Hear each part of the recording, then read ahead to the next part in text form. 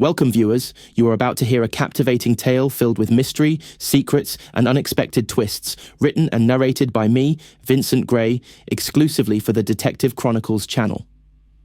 In this story, a family cursed by time itself seeks freedom, but at what cost? Prepare to unravel the truth as Sherlock Holmes uncovers a dark legacy hidden within the walls of an ancient manor. Don't forget to subscribe. Vincent Gray, Sherlock Holmes, The Clock That Struck 13. Sherlock Holmes stood on the creaking steps of the Montague manor, his figure sharp against the evening mist that clung to the air like a shroud. The gaslights in the distance flickered dimly, their faint glow barely cutting through the fog. He adjusted his coat collar, his expression unreadable, and glanced toward Dr. Watson, who stood slightly behind him, still pulling his scarf tighter against the chill. "It seems, Watson," Holmes began, his voice steady and clear, "that we are on the threshold of an unusual case." He glanced up at the looming structure before him, its Gothic spires cutting into the murky sky. A family, long steeped in mystery, now in the midst of an even more perplexing puzzle. Watson's eyes followed Holmes's gaze, taking in the decaying manor with a mixture of fascination and mild unease. "It certainly seems a place where secrets would fester," Watson replied, his voice betraying the uncertainty he often felt in the presence of Holmes's more abstract observations. "What is it you believe we're looking for exactly?" Holmes turned his keen gaze toward Watson. "A mystery, my dear Watson, is rarely what it seems at first glance. We are here not simply because of the strange occurrence with the clock, but because this house, this family, has hidden something for many years, something that must now come to light." The manor loomed above them, its windows dark and vacant, its once impressive facade now crumbling with neglect. The long driveway that led to the front door was overgrown, weeds pushing through the cracked stone. It was clear that no one had cared for the estate in years. Holmes's eyes narrowed as he stepped forward, his pace deliberate, his mind already working through the possibilities. He had been called to this forgotten corner of London to unravel a mystery that, on the surface, seemed almost too simple to warrant his attention. A clock, an old family heirloom, had begun striking 13 at midnight, a phenomenon so peculiar it had begun to disturb the household. As they crossed the threshold, the air inside was thick with the scent of dust and age. The grand chandelier overhead swung ever so slightly, creaking in the silence. Holmes stepped inside, his boots clicking on the stone floor, the sound sharp in the otherwise quiet hall. He ran a hand along the banister, tracing the deep grooves of wood that had been worn smooth by time. The only light came from the small fire crackling in the hearth at the far end of the room, casting shadows that danced across the walls like fleeting memories. "Everything about this place speaks of something long forgotten," Watson murmured, looking around uneasily. The manor, despite its obvious grandeur in the past, seemed to be a place in decay, like the family that inhabited it. "But why now, Holmes? What is it about this clock that's driven them to ask for your help?" Holmes did not immediately respond. Instead, he walked further into the room, taking in every detail. A large grandfather clock stood ominously in the corner, its polished surface tarnished with time. His eyes flicked to it briefly before returning to his companion. "A clock that strikes 13 times, Watson, is no ordinary clock. We must understand the force behind this occurrence. There is something at work here, something far more than mere superstition." As Holmes moved toward the fire, a figure appeared in the doorway, her presence so quiet it seemed she had materialized from the shadows. Lady Evelyn Montague, the lady of the house, stood tall but fragile, her posture stiff with a reserved tension. Her eyes, dark and tired, regarded Holmes with a mix of apprehension and something deeper, something that might have been guilt or perhaps fear. "Mr. Holmes," she said softly, her voice wavering slightly, "I am relieved you've come. We have been waiting for someone who might understand what has been happening." Her words trailed off, and Holmes noted the faintest quiver in her hands as she clasped them tightly in front of her. Holmes's eyes remained fixed on Lady Evelyn, his expression unreadable. Tell me, Lady Montague, he said, his voice low and steady. What is it that you believe is happening here? What makes you think this clock is more than an oddity? Lady Evelyn hesitated before speaking again. It is not just the clock, Mr. Holmes. It is the feeling that pervades this house. A sense that something is watching us. We've tried to ignore it, but the clock striking 13, it's too much. My son, Victor, refuses to speak of it, and our housekeeper, Miss Thorne, remains as tight-lipped as ever. I fear that something from our past has returned to claim us. Holmes studied her intently, his mind already beginning to assemble the puzzle. Her words were laden with unease, but there was more beneath the surface, an underlying sense of dread. He nodded slowly, his gaze flicking once more to the dark clock in the corner. I understand, he said simply. I shall investigate the matter further. Perhaps your clock holds more than just the key to time. Lady Evelyn blinked, her face pale, and she turned toward the hallway. I will show you to the study where the clock resides. Holmes's gaze shifted to Watson, who nodded quietly, understanding the task at hand. As they followed Lady Evelyn, Holmes could not shake the feeling that the air around them grew heavier with each step they took into the heart of the manor. Something was off. Something was concealed beneath the layers of decay. And as he approached the study, Holmes's mind buzzed with the possibilities. The mystery was already beginning to unfold, but what it would reveal was still shrouded in uncertainty.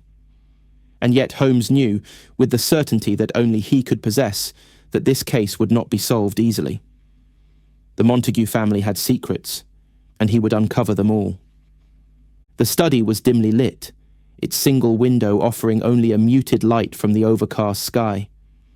Dust motes swirled lazily in the stagnant air, and the faint, musty smell of old books and leather lingered in the space. Shelves lined the walls, each brimming with volumes that had long been untouched. In the far corner, a grand fireplace stood cold, its darkened hearth unused. The only movement in the room came from the shadows, stretching with the waning daylight, as Holmes stepped in, his eyes immediately scanning every detail. Lady Evelyn led them toward a worn set of chairs arranged around a heavy oak desk, the furniture as tired as the house itself. Her hands, trembling ever so slightly, swept over the back of a chair, a gesture meant to smooth away the discomfort that seemed to hang between her and the room. She motioned for Holmes and Watson to sit. I must apologize, she began, her voice still tinged with that quiet, trembling anxiety. Victor, my son, he is not one for conversation. He has not been the same since his father passed. His mind, it seems, has become consumed with the past. He may not offer much insight into the mystery, but I assure you, he knows far more than he admits. Holmes nodded, his keen eyes not missing the faint shift in her posture when she spoke of her son. It was subtle, but the flicker of something, perhaps sadness, perhaps guilt, crossed her features before she composed herself once more. She seemed to force the words from her lips, as if she knew it was time to share what had long been left unsaid. Victor is upstairs in his study. You should speak to him. He may be reluctant, but I trust you will find him more forthcoming than the rest of us. She hesitated, as though weighing her words carefully. He has always had a strange attachment to the clock, and if anyone can provide answers, it is he.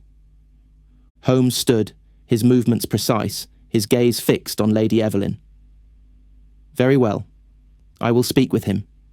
But first, you mentioned a housekeeper. Miss Thorne, I believe? What role does she play in this matter? At the mention of Miss Thorne, Lady Evelyn's expression shifted once again, a shadow of discomfort passing over her face. Her lips pressed tightly together, and she glanced momentarily toward the hallway, as though unsure of how much she should reveal. Miss Thorne has been with us for many years. She is loyal. But I have always suspected there is more to her than meets the eye, Lady Evelyn replied, her voice lowering as if to keep the very mention of the housekeeper from hearing. She knows the family history, the secrets we've buried. But she is steadfast in her silence, and I cannot make her speak of it. It is her loyalty to the family that keeps her here, and I fear what she knows could tear us apart." Holmes considered this quietly, his fingers tapping gently against the armrest of his chair. "I shall speak with her as well," he said after a moment, his tone calm yet resolute. "Secrets often have a way of revealing themselves when the right questions are asked." Lady Evelyn nodded, her lips parting as if to say something more, but she was interrupted by a faint sound, the creak of a floorboard from the doorway. Holmes turned, his gaze immediately falling upon the figure that now stood in the frame. Victor Montague, the son of the house, appeared. He was a tall man, his broad shoulders square, his face pale and drawn. His eyes, however, were the most striking feature, a deep, shadowed hue that seemed to look through the world rather than at it. His presence was commanding, but there was an unsettling distance in his demeanour, as though he had long since retreated into himself. "Ah, Victor," Lady Evelyn said softly, her voice strained. "You've arrived just in time. Mr. Holmes has come to investigate the disturbances with the clock." Victor's eyes flicked over Holmes, and then with a barely perceptible nod, he stepped into the room. He took a chair across from them, his posture rigid, his hands resting in his lap, fingers twitching nervously. The silence stretched for a moment, uncomfortable and thick. "I trust you're here to investigate the clock," Victor finally spoke, his voice low, almost guarded. Holmes studied him intently, noting the slight tremor in Victor's hands, the way his eyes lingered on the clock's place in the room, though it was still some distance away. There was something about the man, something concealed behind that unreadable mask he wore. Holmes could feel the walls that Victor had built around himself, walls that would not crumble easily. "Indeed," Holmes replied, his voice measured. "The clock, it seems, holds more than just the passage of time. It strikes 13, an impossible feat for any clock. I suspect there is something at work here that is not so easily explained by the ordinary mechanisms of machinery." Victor's lips twitched into the faintest of smiles, but it did not reach his eyes. "Perhaps you're right," he said, his tone flat. "But then again, we've all seen it strike 13, haven't we? It is no secret."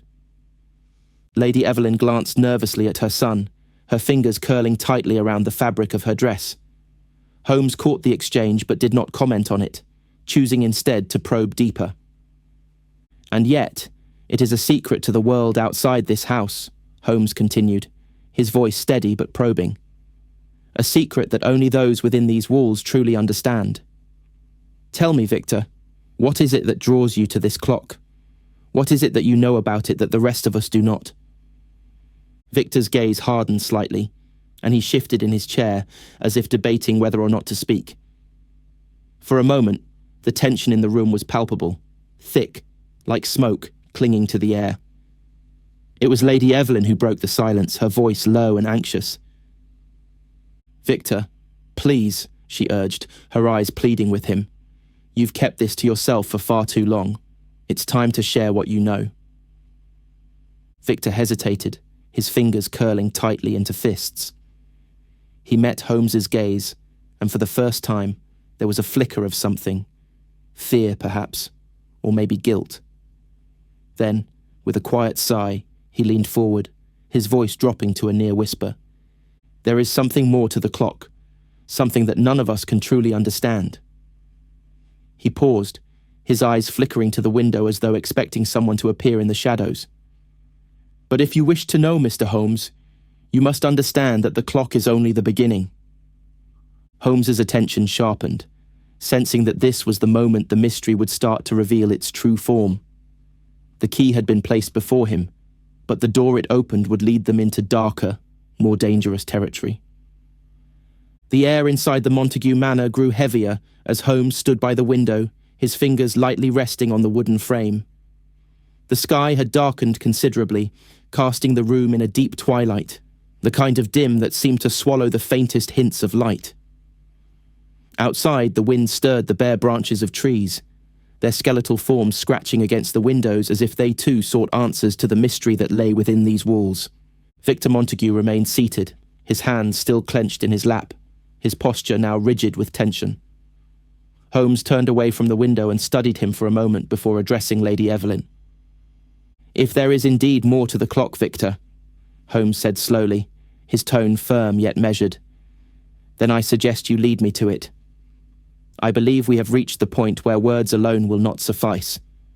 Show me what you know." For a brief moment, there was a flicker of hesitation in Victor's eyes.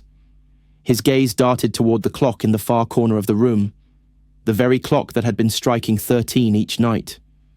The weight of the unspoken hung thickly between them, and then, with a sharp intake of breath, Victor nodded once, sharply. "It's in the study," he muttered, rising from his chair. "Follow me."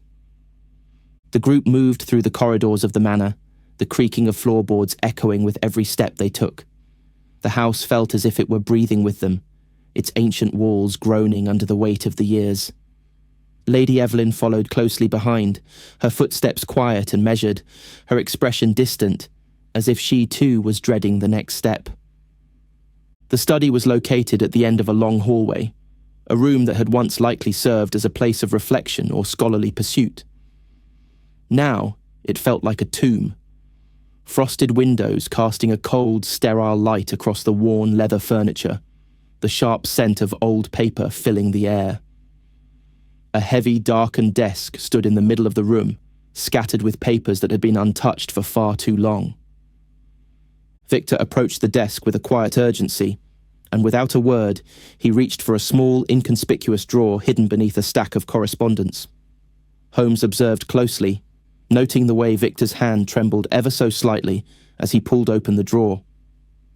Inside, wrapped in a layer of velvet cloth, was something that caught the light, a key, old yet meticulously crafted, its intricate design unmistakable. Holmes did not immediately speak. Instead, he reached out to take the key, his fingers brushing Victor's. The brief touch was enough to send a wave of discomfort through the air, and Victor quickly withdrew his hand, his eyes flickering with something that might have been fear. "What is this?" Holmes inquired, his voice a quiet thread in the thick silence of the room. "It opens the clock," Victor replied, his voice strained. "But you won't like what you find." Holmes regarded the key for a moment before turning to Lady Evelyn, whose face had grown ashen. She remained silent, her lips pressed tight together, unwilling, or perhaps unable, to speak. The tension in the room was palpable, each breath taken too sharply, too quickly. The strange quiet hung heavy as Holmes approached the clock. He could feel the weight of the moment pressing down upon him, the same way a storm builds on the horizon before unleashing its fury. With a deliberate motion, Holmes inserted the key into the clock's intricate lock. The sound of the mechanism clicking into place was faint, but in the stillness of the room, it rang like a bell tolling the start of something far greater than they had anticipated. Holmes turned the key, and as the clock's front panel slowly creaked open, an unexpected draft stirred the room, sending a shiver down their spines. The interior of the clock, which had once seemed nothing more than a simple mechanism of gears and hands, was now revealed to be far more complex, a network of secret compartments hidden within the very heart of time itself. Holmes's eyes narrowed as he examined the clock's insides. There, amidst the gears, hidden in a small shadowed compartment, was an envelope, old, its edges yellowed with age. Holmes pulled it out carefully, his fingers brushing the paper with the same precision he applied to everything else. He turned it over, and for the first time, his expression shifted, slightly, but noticeably, his brow furrowing in curiosity. He tore open the envelope with a swift motion and withdrew a piece of parchment, its ink smudged but still legible. Holmes read it aloud, his voice quiet but sharp, as the room seemed to hold its collective breath. "To my dearest Evelyn, the clock will not strike the hour until the past has been paid for, and our family's sins are repaid. Do not fear, for the hour will come, but beware. What you seek may not always be what you find." The words hung in the air like a curse. Lady Evelyn's face drained of colour, and she reached out instinctively to steady herself against the desk, her fingers trembling violently. "Victor," Holmes said, his voice steady, but there was an edge to it now. "What is this? What does it mean?" Victor was silent for a long moment, his eyes darting nervously around the room, as if the walls themselves were closing in. Then, finally he spoke, his voice barely above a whisper. "My father. He wrote that letter." He swallowed hard. "And I've spent my life trying to bury it. But now, it's come back to haunt us all."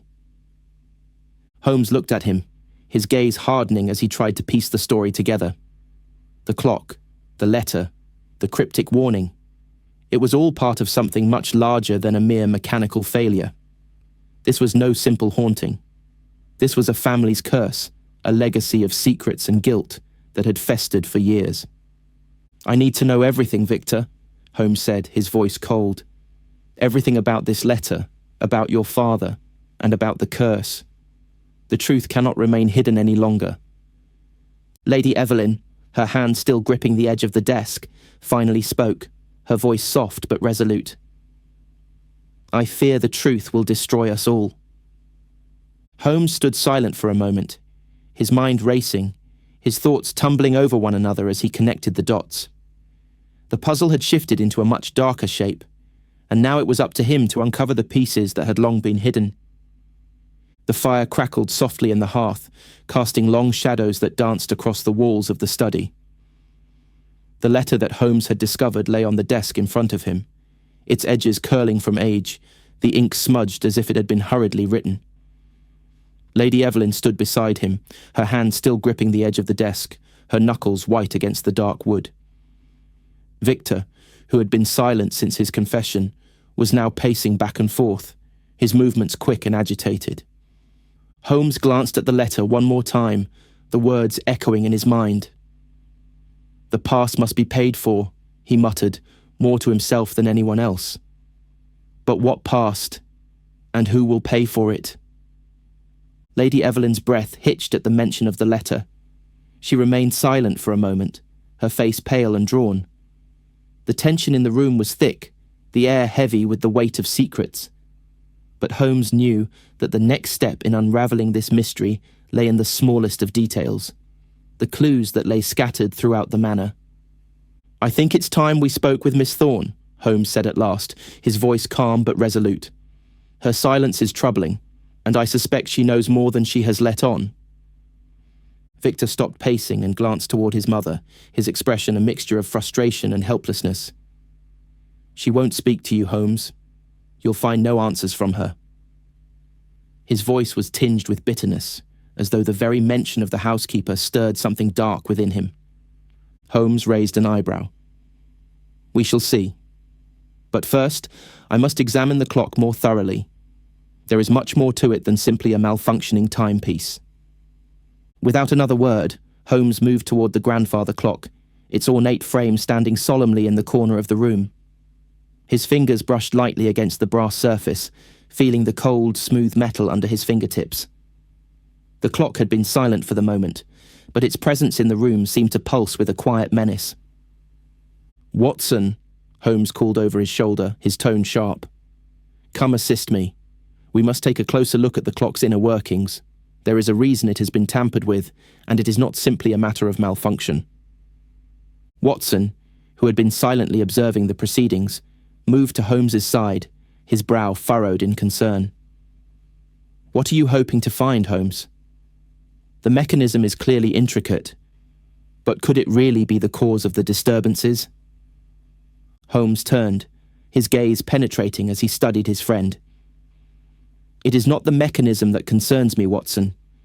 It is the intent behind the tampering.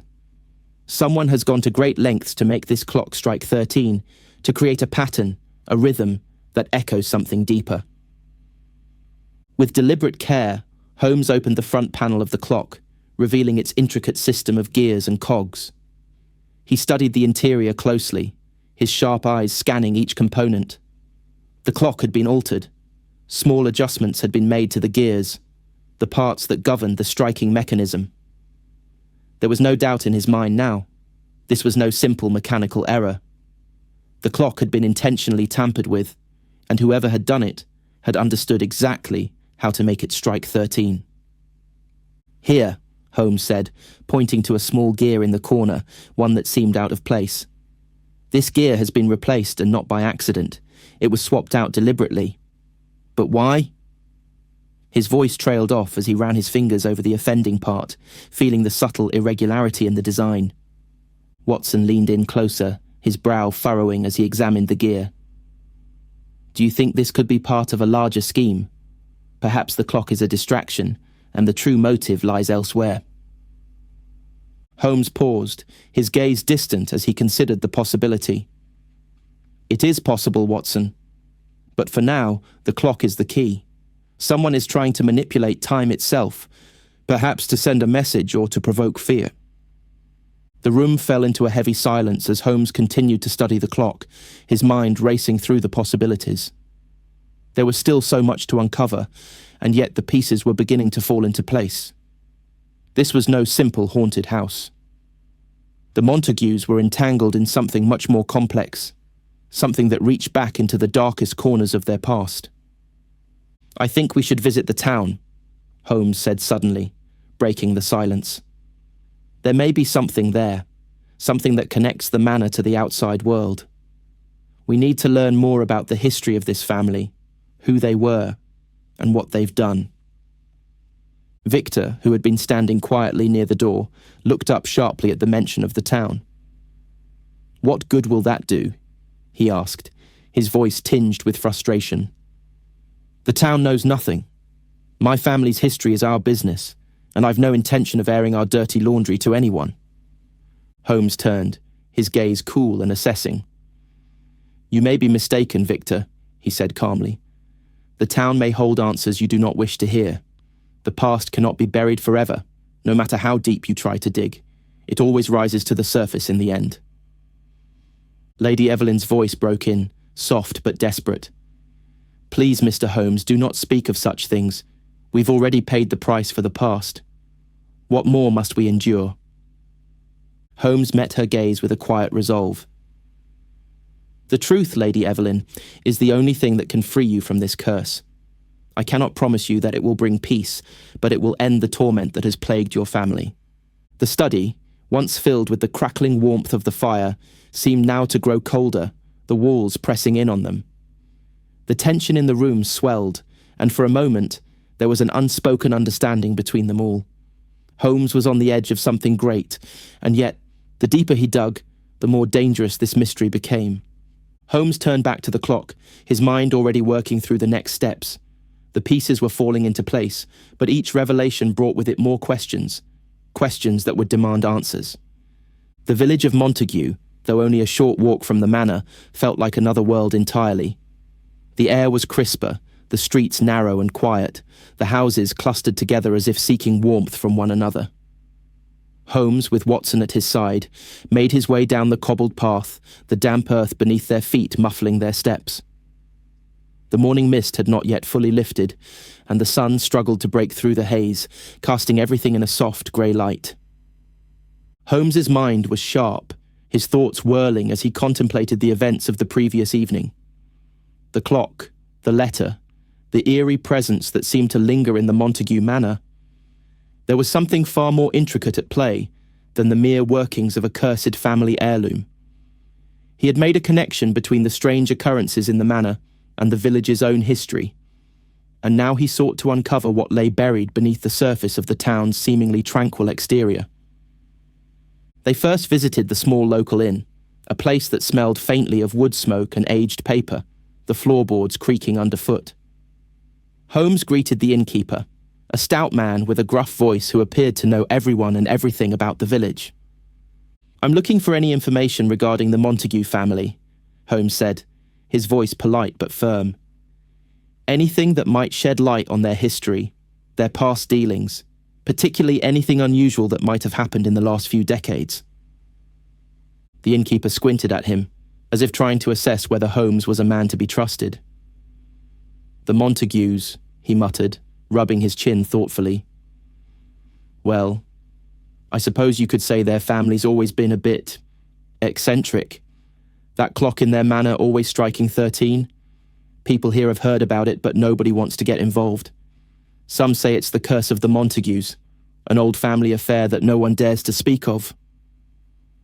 Holmes nodded, his mind already processing this new piece of information. I see. And what of the people who worked for them? The housekeeper, for example, Miss Thorne. What do you know of her? The innkeeper's face twitched, his eyes darting around the room as if searching for the right words. Miss Thorne's been with the Montagues for as long as anyone can remember, he said, lowering his voice. She's loyal. Some might say too loyal. Keeps to herself, never says much. But I hear tell that she knows more about the family's history than she lets on. People talk, you know. And there's something unsettling about her, if you ask me. Holmes noted the innkeeper's hesitation, the way his words came out slowly, carefully. He was speaking from more than just hearsay, and that piqued Holmes's interest. Unsettling? He asked, his tone casual but probing. The innkeeper's gaze flicked nervously toward the door. Aye, unsettling. Not that anyone in the village would say it outright, but there's talk. Some say Miss Thorne's too involved with the Montagues. She's too close to them, too protective.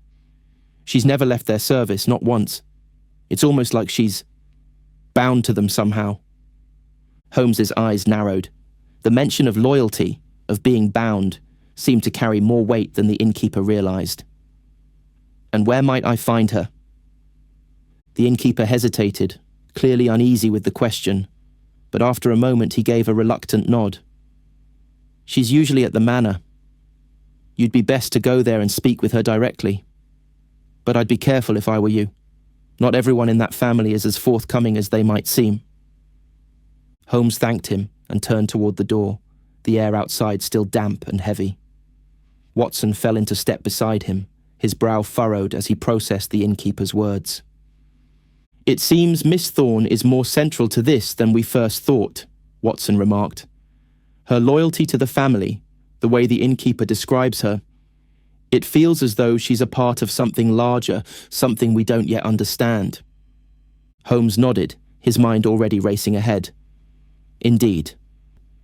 There is something she knows, something she has kept hidden, and it is clear now that whatever the Montagues are involved in, Miss Thorne is not only aware of it but perhaps complicit in it.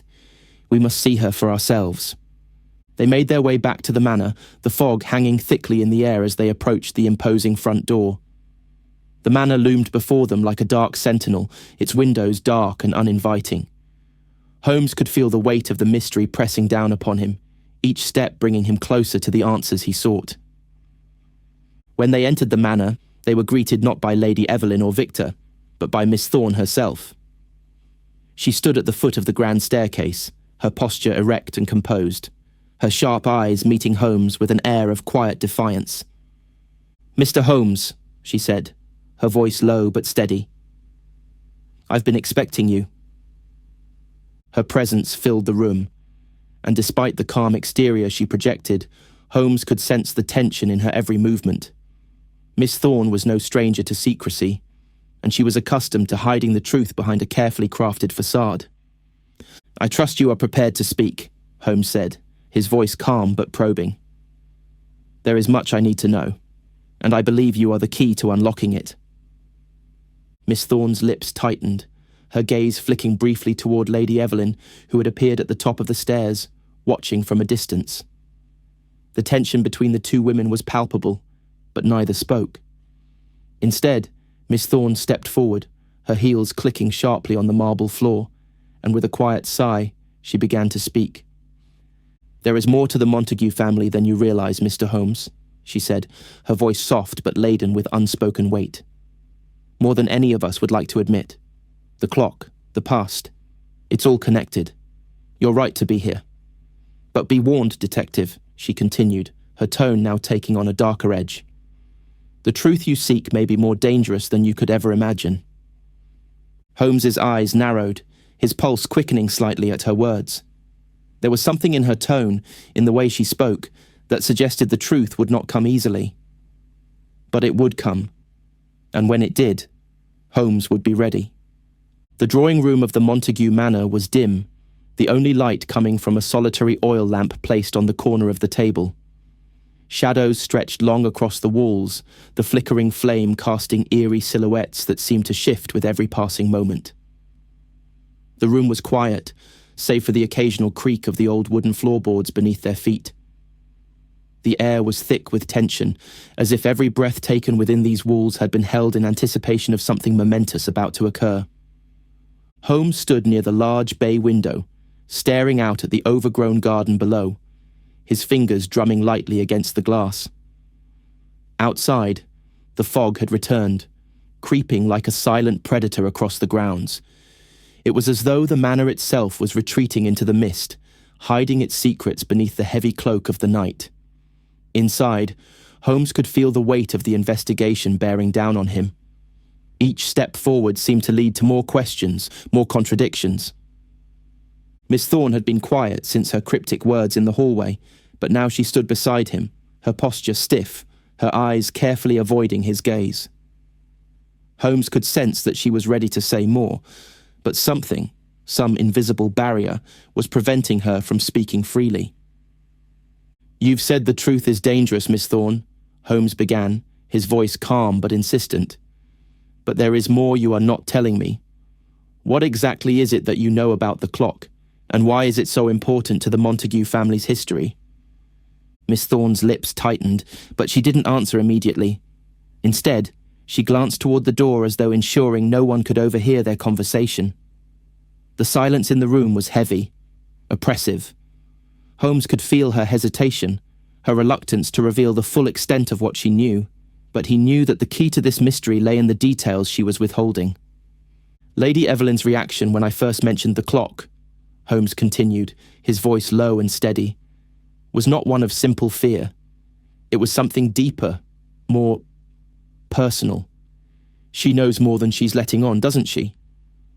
The question hung in the air like a threat, and Miss Thorne stiffened, her eyes darting briefly toward the door before she spoke. "Lady Evelyn." Her voice was tinged with something almost like regret, but there was a hardness in her eyes now, something that had shifted. "She does not want you to uncover the truth. She believes that if the past remains buried, the family will be safe. But she's wrong. It's already too late." Holmes turned to face her, his gaze sharp. "Too late? What do you mean by that?" Miss Thorne took a deep breath, her hands wringing together as she seemed to search for the right words. "The Montague family has been cursed for generations, Mr. Holmes. It is not just the clock, though it plays a part. It is the legacy of what they've done, what they've hidden. The clock, the letter you found. They are all part of something much larger, something that stretches back to a terrible mistake made by the patriarch of the family." Holmes leaned in slightly, his eyes narrowing. "A mistake? What kind of mistake?" Miss Thorne hesitated, her mouth opening and closing as though she were unsure whether to continue. Finally, she spoke, her voice barely above a whisper. "The patriarch, Lord Reginald Montague, made a deal with someone who promised to bring him wealth and power, but in exchange, he had to pay a terrible price. The clock was part of the price, you see. It was never meant to be a simple timepiece. It's a mechanism to mark the payment of the debt. Every time it strikes 13, it is a reminder that the past is never truly gone." Holmes stood still, absorbing her words. There was an unsettling quality to the way she spoke, as though the very act of revealing these details was pulling her into something dark and dangerous. Her face was pale, her eyes wide with something close to fear, though she had tried to mask it behind her composed exterior. "And you believe," Holmes asked, his voice low, "that this curse, this debt, is still alive, that it is still affecting the family?" Miss Thorne nodded slowly. "Yes. The clock is just the beginning, Mr. Holmes. Every generation of Montagues has paid the price for their ancestors' sins. It is why they are haunted by shadows of the past. And now, it is Lady Evelyn's turn to face it. But she refuses to acknowledge it. She refuses to confront the truth. That's why she asked you here, to put an end to it before it destroys her." Holmes took a step back, his mind racing. There was so much more to the Montague family's history than he had first realized. The clock, the mysterious letter, the cryptic warnings. It all pointed to something deeper, something sinister that had been hidden from view. But Miss Thorne's words had given him the first real insight into the nature of the mystery, and it was clear now that the stakes were much higher than he had imagined. "And you?" Holmes asked, his voice piercing through the tension that had enveloped the room. "What is your role in all of this, Miss Thorne? Why are you so deeply involved in the family's past?" She seemed to shrink under his gaze, as though the weight of his question had caught her off guard. For a long moment, she didn't answer. Then, in a voice barely above a whisper, she spoke. "I was there when it all began," she said. "I watched it unfold. I know what happened, what was done to keep the family's secret buried. And now, I can't escape it. I'm tied to it, just as much as they are." Holmes felt a flicker of understanding, though he was still far from piecing together the full picture. Miss Thorne had been there, part of the family's hidden history, and she knew more than anyone about the dark secret that bound them all. It was a truth she could no longer ignore, and though she was reluctant to reveal it, it seemed she had no choice. "You are not free of this, then," Holmes said, his tone soft but firm. "Just as the Montagues are not free of their past." Miss Thorne's eyes filled with a sadness that spoke volumes, a deep, unspoken grief that seemed to echo in the silence between them. She knew that the truth would come to light, but that revelation would not bring peace. It would only bring more pain. "I only hope," she whispered, her voice thick with emotion, "that you can solve this before it's too late, before the past claims them all." Holmes stood still, his gaze fixed on her, as he considered the weight of her words. There was more to this mystery than he had imagined. The Montagues had been cursed, yes, but the true nature of that curse, and the price they had paid for their sins, was still hidden beneath layers of fear and secrecy, and he would be the one to uncover it, no matter the cost. The manor was silent, save for the crackling fire in the hearth and the faint sound of wind pressing against the windows. Holmes stood in the study, staring at the darkened room, his mind alive with the fragments of the mystery swirling around him. Each piece of the puzzle had led to another, each answer raising more questions. But now, standing amidst the weight of the Montague family's past, he could feel the truth beginning to take shape. Miss Thorne's cryptic revelations about the clock, the debt, and the cursed legacy of the Montague family had added layers of complexity to the case. Holmes had been prepared for an intricate puzzle. But this was something far more dangerous, something that reached into the very soul of the family. As he walked toward the window, his mind continued to process the new information. The clock, the patriarch's deal, the debt still owed. There was a connection, an undeniable thread linking these elements together, but the question remained. What exactly had been paid, and what remained to be settled? Watson entered the room, his footsteps soft on the worn carpet, and paused, surveying Holmes's contemplative figure. He had learned to recognize the subtle signs of his friend's thought process, the stillness of his posture, the faraway look in his eyes, the quiet murmuring of observations and deductions that only he could understand. "Holmes," Watson said gently, his voice breaking through the silence. "You've been quiet for some time now. What are you thinking?" Holmes did not immediately respond. He continued to stare out the window, the mist curling around the manor like a living thing. The questions loomed large in his mind, but he could not yet articulate the full scope of his thoughts. The pieces were scattered, disjointed, but they were beginning to form something more cohesive. Finally, Holmes turned to face Watson, his eyes sharp and focused. "I believe we are not dealing with a simple haunting or curse, Watson. This is a matter of obligation, of an ancient debt that the Montague family is bound to pay." Watson raised an eyebrow, clearly intrigued but uncertain. "A debt?" But Miss Thorne spoke of a deal made by Lord Reginald Montague.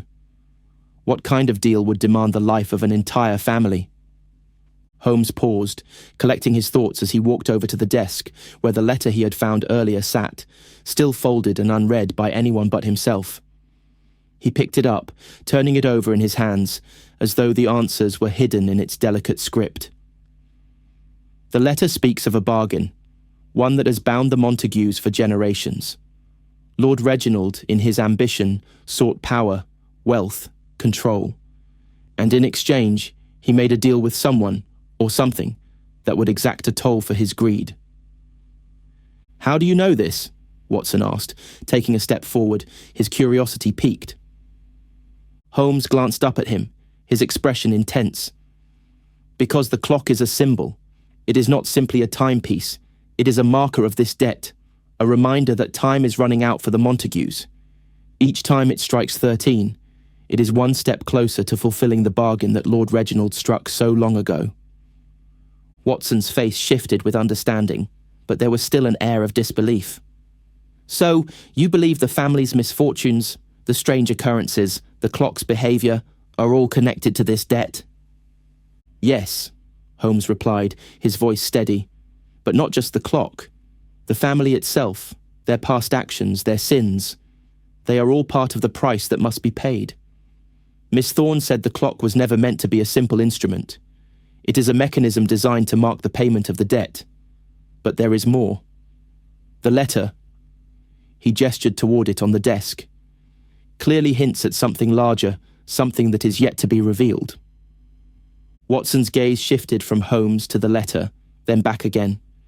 He could see the glimmer of realization in his friend's eyes, the quiet satisfaction of a mind connecting dots others could not even see. "And what of Lady Evelyn?" Watson asked. "She seems terrified of this whole situation. Does she know the full extent of what has happened?"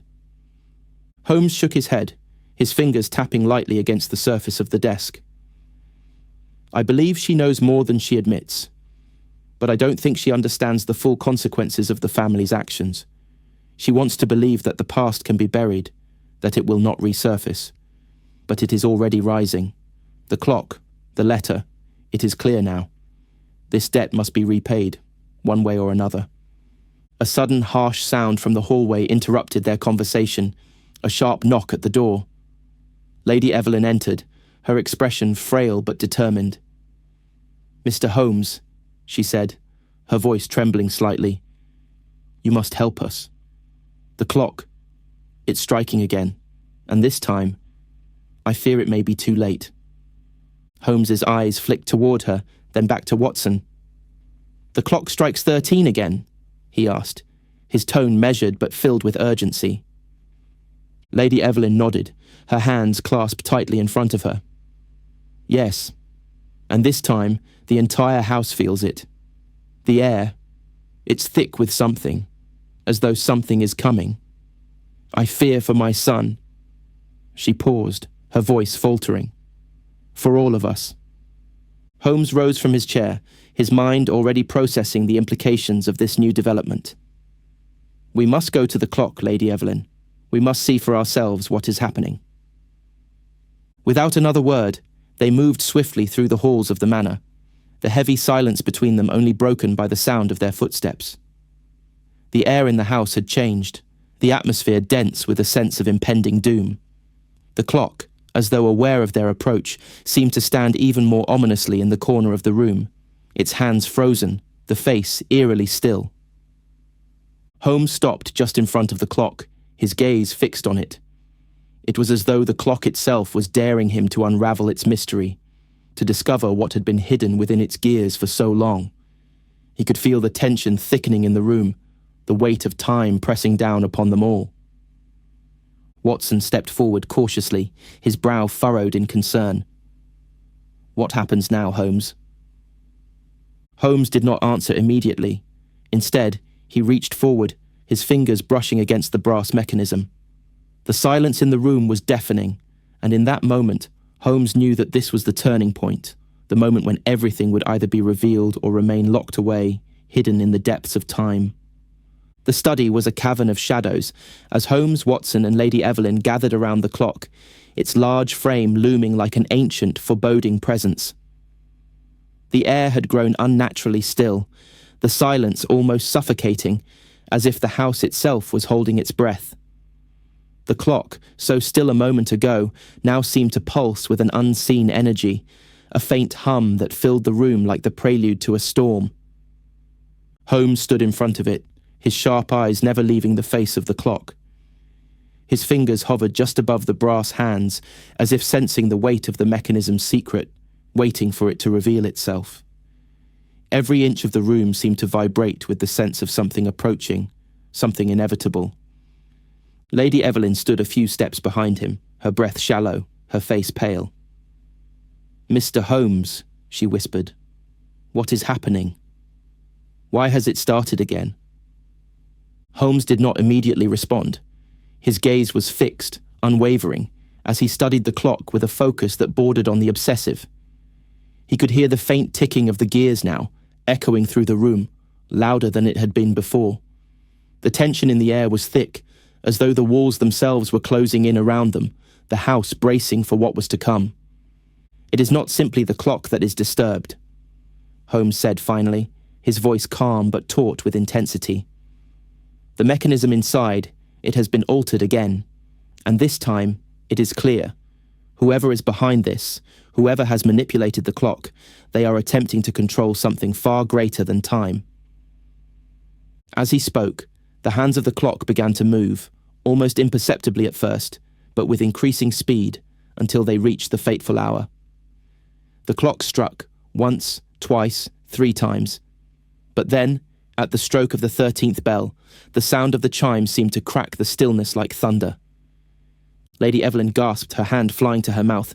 "No, it can't be." The air around them seemed to vibrate with an almost tangible presence, as if the house itself had awakened, responding to the clock's summons. Holmes stepped back slightly, his mind racing as the pieces of the mystery slid into place, each realization slotting together with precise clarity. "It is not merely an object of terror," Holmes said, his voice now steady, his demeanor controlled. "The clock is a key to unlocking what was concealed long ago, hidden from all but the Montague family." At that moment, the door to the study opened abruptly. Victor Montague stood in the doorway, his face pale, his eyes wide with a mixture of dread and resignation.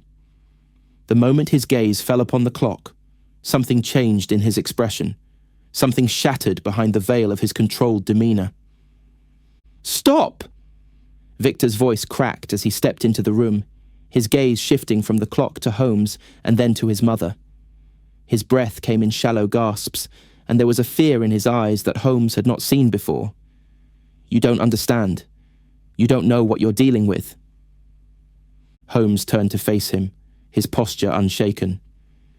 "You, Victor," Holmes said, his voice unflinching, "are at the heart of this mystery. It was you who altered the clock. It was you who manipulated the mechanism in an attempt to, invoke the debt, to awaken whatever lies at the center of the Montague family's curse."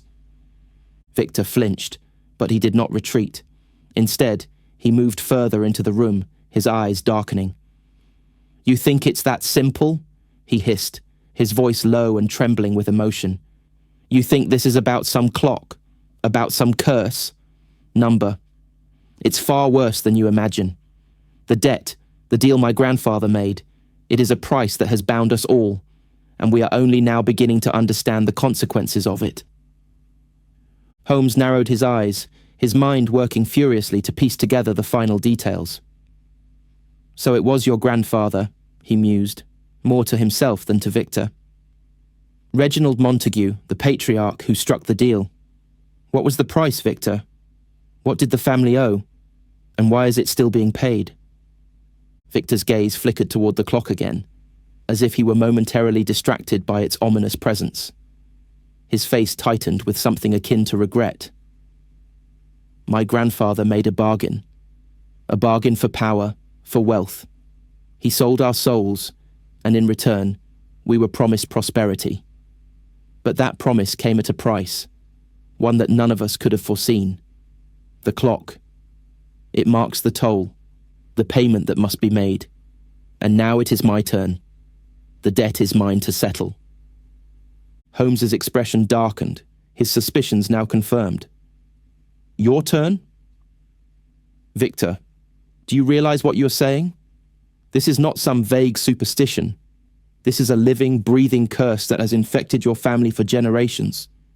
Victor's hands clenched into fists at his sides. I've spent my life running from it, from the truth, he admitted, his voice tight with emotion. But now I understand. The clock, the curse, it's all coming to an end. It's all been leading to this moment, and I will pay the price. The family must be free. Lady Evelyn's face went ashen as she stepped forward, her voice trembling. No, Victor, you can't. You don't understand. This is not the way to end it. You're only making it worse. Victor turned to face her, his eyes filled with a mix of sadness and determination. I have no choice, Mother. The family has paid this price for generations. I will not be the one to let it continue. If I must. His voice faltered for a moment, then steadied. If I must, I will end it tonight. Holmes stepped forward, his voice quiet but insistent. You cannot undo the past, Victor. You cannot erase the choices your grandfather made by sacrificing yourself.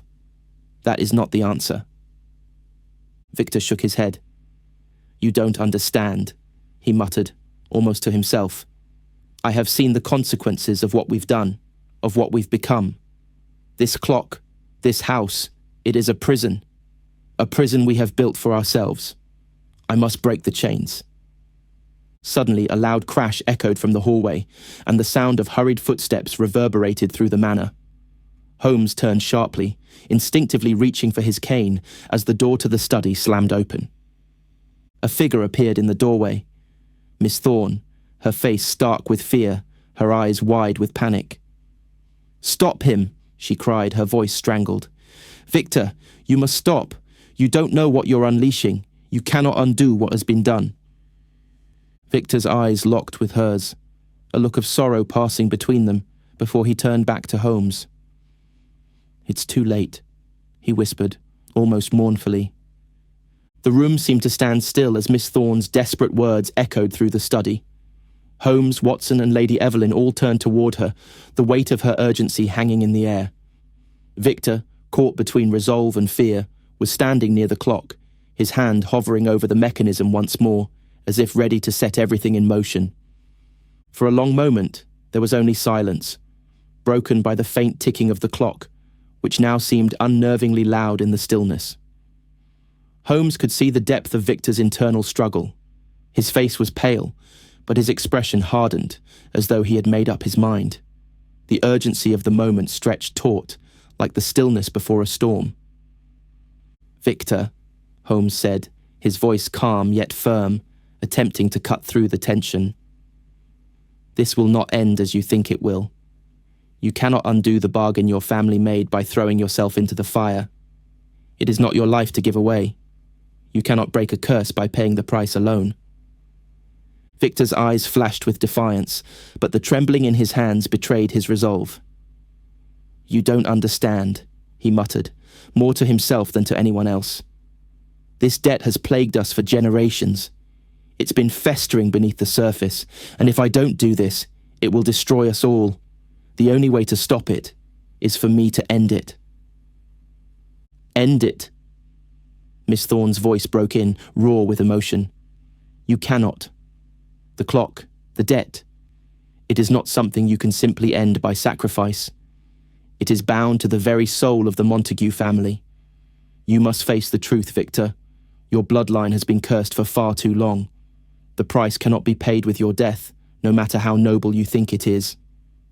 Holmes watched as Victor's expression faltered, his anger giving way to something softer, regret perhaps, or an acknowledgement of the weight of Miss Thorne's words.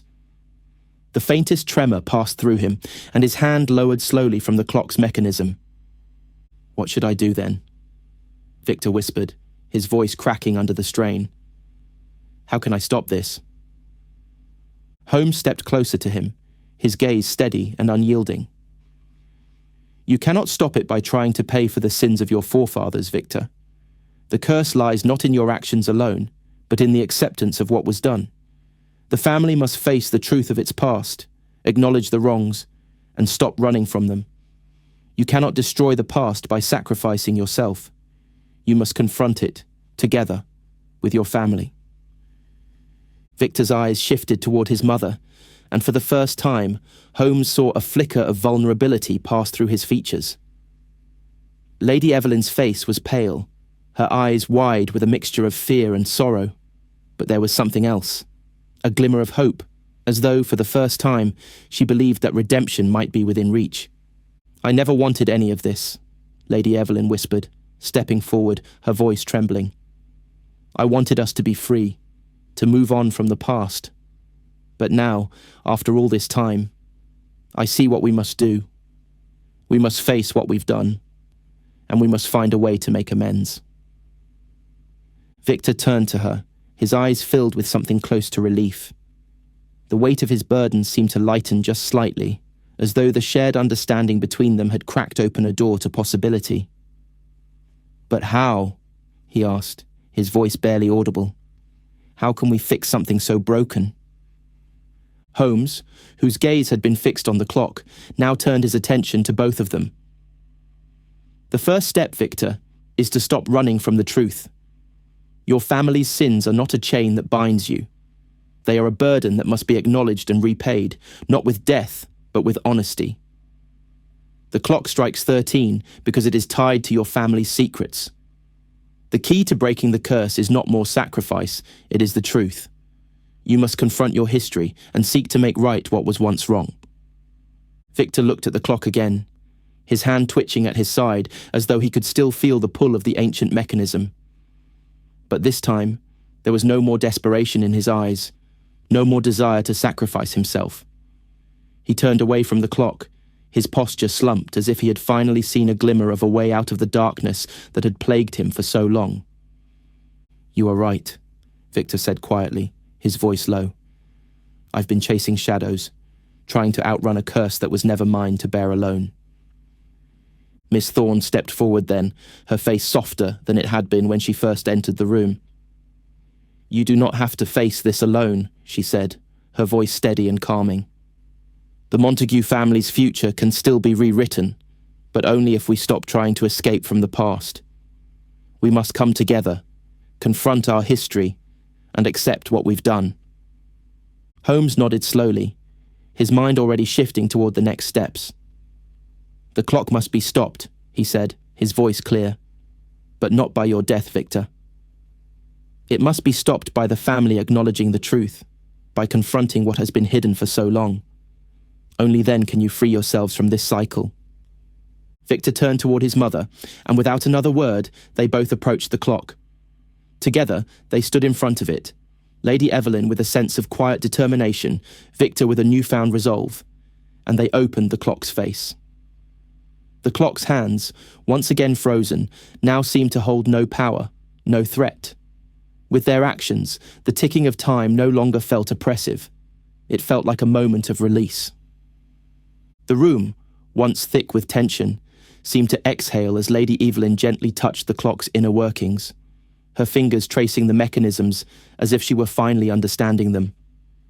The air in the room shifted, less heavy now, lighter, as though the oppressive atmosphere had been lifted with the family's decision to face their truth.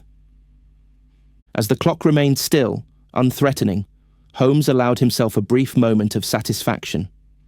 The case was not yet over, but the resolution was within reach. The Montague family, having faced the shadow of their past, now stood at the threshold of freedom. But that freedom, Holmes knew, would be a long road. It would not come easily. It would require not just the family's courage, but their willingness to accept the burden of their own actions. Lady Evelyn turned toward Holmes, her expression weary but grateful. "Thank you, Mr. Holmes," she said softly. "You've given us something we've been searching for, even if we didn't know it." Holmes nodded, his face as impassive as ever, but his eyes revealed something deeper, something like understanding. "I did not give you the answer, Lady Evelyn," he said quietly. You gave it to yourselves. You chose the truth over the curse. As the Montagues stood together in front of the clock, a quiet peace settled over the room. The storm had passed, and while the past could never be undone, it had been acknowledged, and that, Holmes knew, was the first step toward true freedom. The journey was far from over, but for the first time in a long while, the Montague family had hope.